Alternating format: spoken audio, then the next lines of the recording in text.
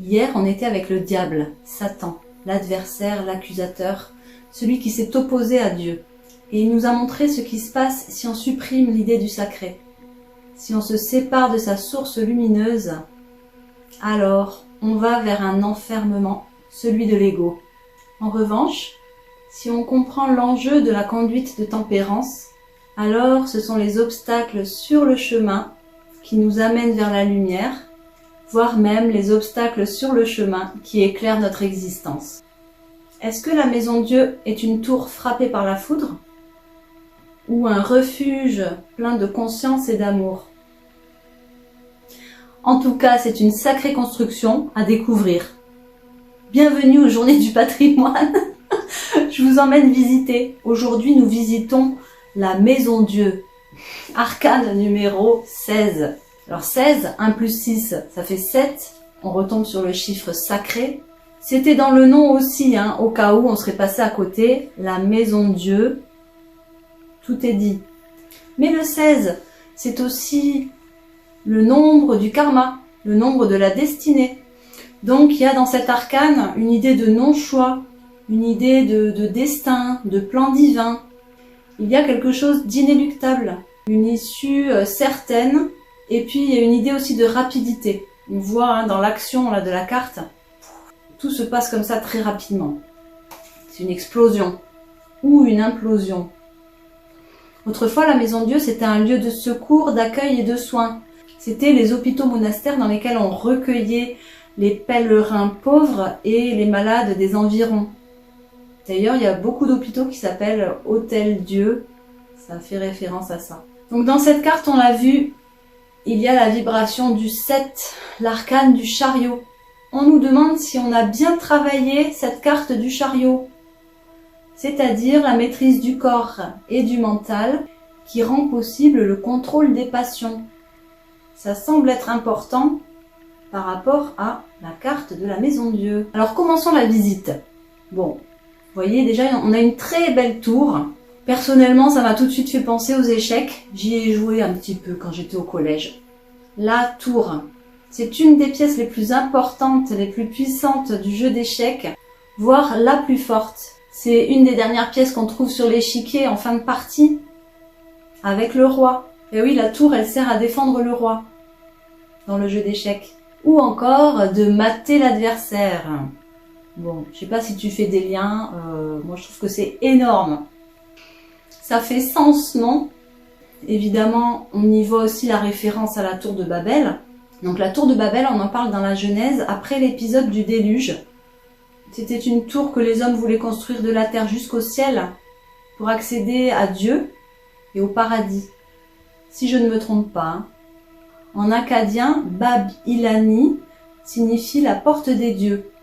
Mais après, dans la Bible, c'est plutôt une racine hébraïque qui a donné un sens un peu différent parce qu'il y aurait un jeu de mots entre le verbe bredouiller et le verbe confondre qui donnerait cette idée de confusion par la langue, quelque chose comme ça, à creuser. Donc c'est une tour, la tour de Babel, qui fait 7 étages. On est sur le chiffre 7. Encore un hasard. Dans le langage ordinaire, quand on parle de tour de Babel, on veut parler de quelque chose qui est voué à l'échec parce que teinté d'orgueil, de vanité, d'ego, de recherche de domination ou de pouvoir. Est-ce qu'on ne nous parlerait pas des tentations lucifériennes? Donc Dieu, dans sa colère, pour punir les hommes de leur orgueil, et alors que tout le monde se comprenait, il les divise en leur donnant des langues différentes. Bon, ils pensaient trouver le paradis, raté. La tour qui devait élever les hommes jusqu'au ciel, au paradis, est devenue une tour de confusion où les hommes parlaient 72 langues et ne s'entendaient plus du tout. Donc on peut y voir une allégorie de l'ego.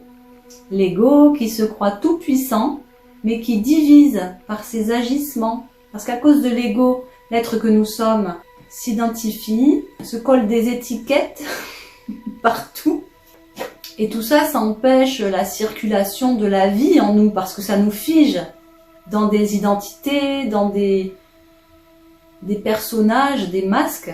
que nous ne sommes pas réellement, parce que nous sommes cette partie-là, mais toutes les autres aussi. Donc ça nous apprend qu'il n'y a pas de tour à construire, que la tour en fait c'est nous, et que c'est à l'intérieur de nous que ça se passe. Le paradis, c'est à nous de le créer à l'intérieur de nous, en accueillant tout le monde, en accueillant toutes nos parts. Cette tour, elle est bien couleur chair, donc ça parle bien de nous. On va continuer la visite. Donc cette tour, elle est ouverte par le haut. On voit qu'elle n'a pas de porte et qu'elle a 3 fenêtres disposées en forme de triangle en fait. Pas de porte visible. Est-ce que ça veut nous dire que la porte est secrète? Elle est peut-être cachée derrière, de l'autre côté.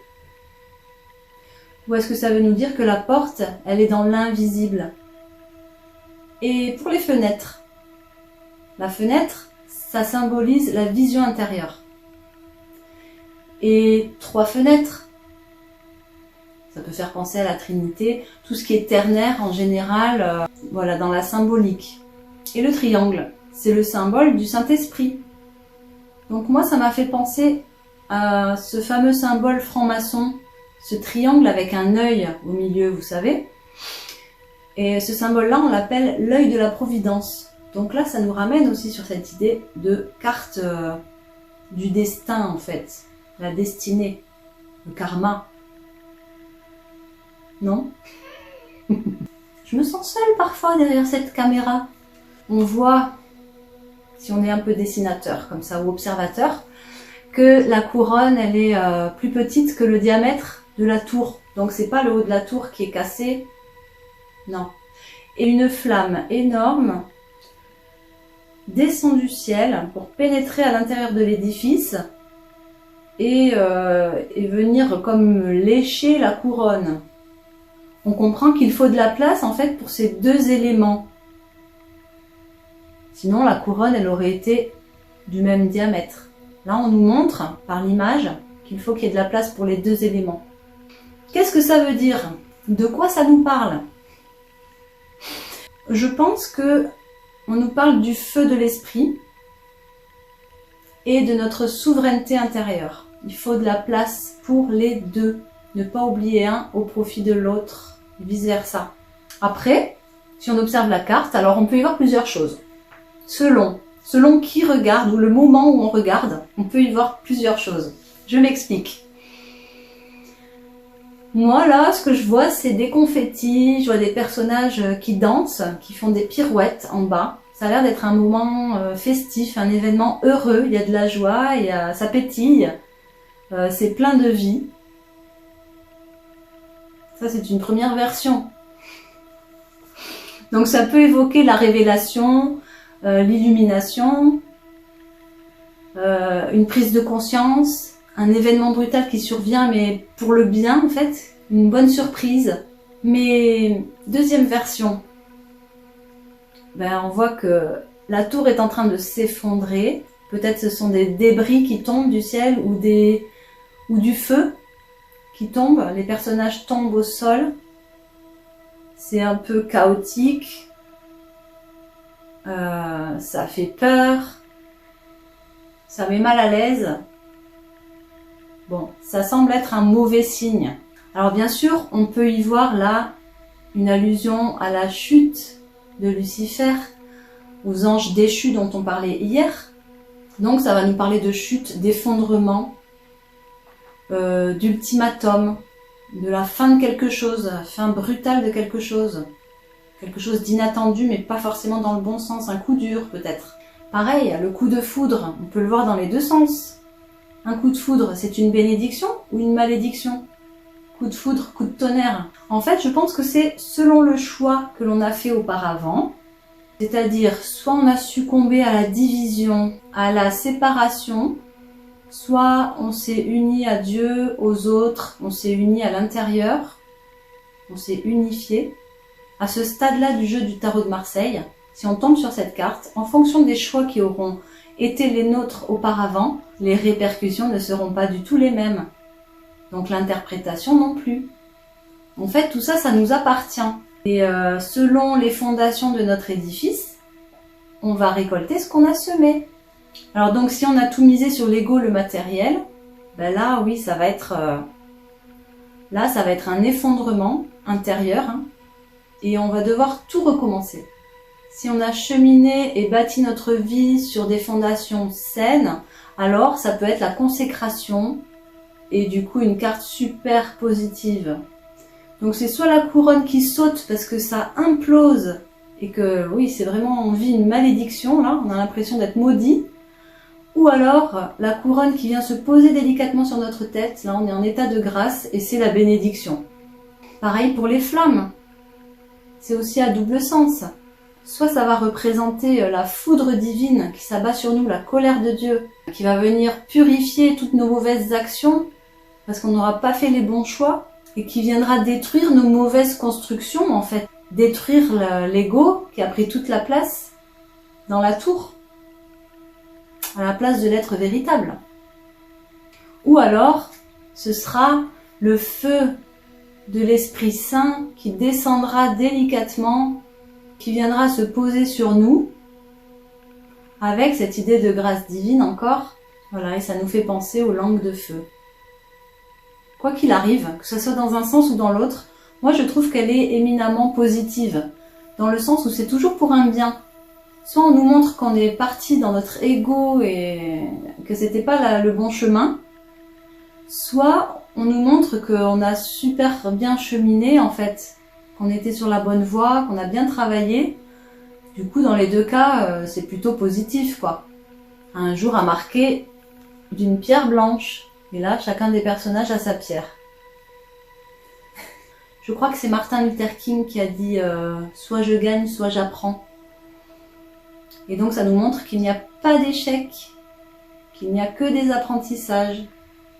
Par rapport à ma métaphore d'avant, en fait, ça nous parle surtout de nos constructions, vous l'avez compris, intérieures. Hein. Parce qu'on le voit, la tour, là, elle reste droite. Hein. Elle reste entière, la tour. On ne parle pas de destruction du corps. Et c'est comme si on nous disait qu'on avait droit à l'erreur, en fait. C'est entre toi et ta conscience. On poursuit la visite. De la tour au four, il n'y a qu'une lettre. Et en plus, c'est un F pour feu. Le feu dans la terre. La tour couleur chair. Ça vous rappelle pas quelque chose? Donc il se pourrait bien qu'on soit dans l'œuvre rouge, alchimique. Vous vous rappelez hier, l'œuvre blanc c'est la petite médecine. L'œuvre rouge qui poursuit l'œuvre blanc, c'est la grande médecine. Donc on pourrait être là-dedans ici avec cette carte. On serait en train de réaliser peut-être le grand œuvre. On serait en fin de processus. Mais vous savez, les processus alchimiques, il faut les faire et les refaire un nombre incalculable de fois avant de trouver la pierre philosophale. Hein. Donc notre tour ici, ce serait l'Athanor, ce serait le fameux four alchimique, qui peut être aussi le corps. Et on serait en train d'essayer de couronner le nouveau roi ou le roitelet. Donc ça pourrait représenter l'étape de la granulation en alchimie. Et ce qui tomberait du ciel, ce serait des deniers, c'est-à-dire l'or alchimique. Oui, oui. Et en bas, donc, ce serait la fameuse pierre blanche, qui serait une allusion au fait d'avoir réussi à l'étape précédente, pendant l'œuvre blanc, à faire le corps glorieux, c'est-à-dire le corps spiritualisé. Tous les alchimistes ne peuvent pas réussir le grand œuvre. Il faut pour cela avoir un ingrédient essentiel et indispensable, le feu secret des sages. Et en alchimie, quand on dit que quelqu'un a réussi le tour de force, ça évoque l'éveil ou l'illumination. Donc on est bien là-dedans, je pense. Aucun alchimiste ne réussit cette étape autrement que par un accident. Ça arrive toujours de manière accidentelle. Désolée, la vidéo a coupé, alors je reprends maintenant un peu plus tard, la lumière n'est pas la même. Cette étape, c'est la libération de la lumière qui est condensée dans le corps, dans la matière. C'est la réalisation du soi. C'est le retour ultime à l'unité. On peut rester perché, on peut devenir illuminé, ne pas redescendre. Dans ce cas-là, on va être considéré comme fou. C'est une des cartes du tarot de Marseille, qui s'appelle aussi le mat. Ça nous ramène sur les échecs. Mat, en arabe, ça veut dire mort. Et la mort, c'est une force de libération puissante, qu'elle soit physique, réelle ou symbolique. Faire mat aux échecs, c'est aussi capturer le roi, qui ne peut plus bouger sous peine d'être pris. Échec et mat. Je crois que la boucle est bouclée. Et moi, je crois que je suis au bord de l'implosion avec toutes ces informations et ce rebondissement de ma vidéo qui n'a pas été enregistrée. On va laisser reposer ça tranquillement et suivre notre bonne étoile. On la retrouve demain après une bonne nuit de sommeil. Ce sera le calme après la tempête ou l'acceptation de soi après les péripéties de l'ego. On verra ça demain. Allez, ciao, bonne soirée.